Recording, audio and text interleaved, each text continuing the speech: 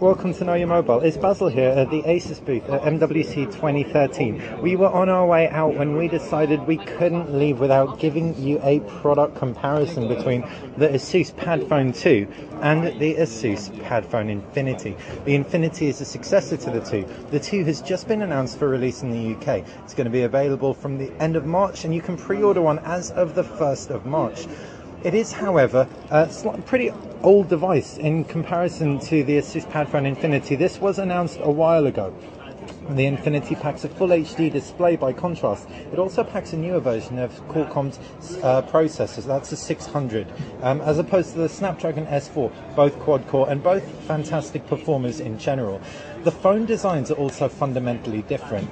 If we, for example, pull out the Asus Padfone 2 and pull out the Padfone Infinity, we can see you've got these very different chassis. The user interfaces are quite similar. There's Android 4.2 Jelly Bean on the Padfone 2, but it's got an aluminium chassis, and this brushed metal effect on the back makes it feel very slick and premium.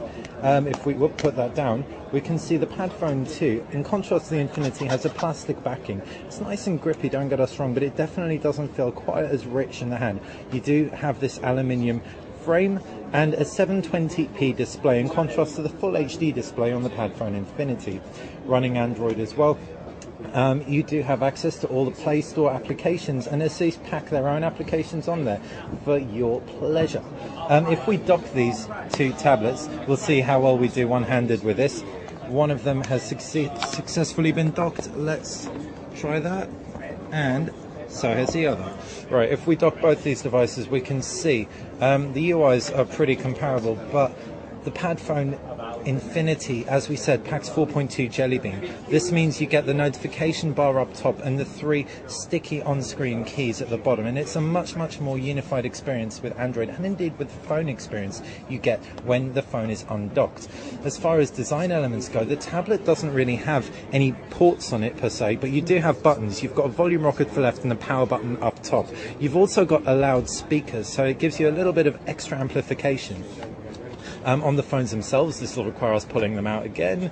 You have, as we said, that aluminium body, micro SIM tray to the left hand side. Down below is a micro USB port, or it's a proprietary port on the phone, micro USB on the tablet, do you believe? Not entirely sure how that setup works. On the right side, you've got a power button and a volume rocker, as well as the speaker. Up top, 3.5mm headphone jack. Now, what's quite nice and clever is on the reverse, the Padfone insignia is actually the NFC point.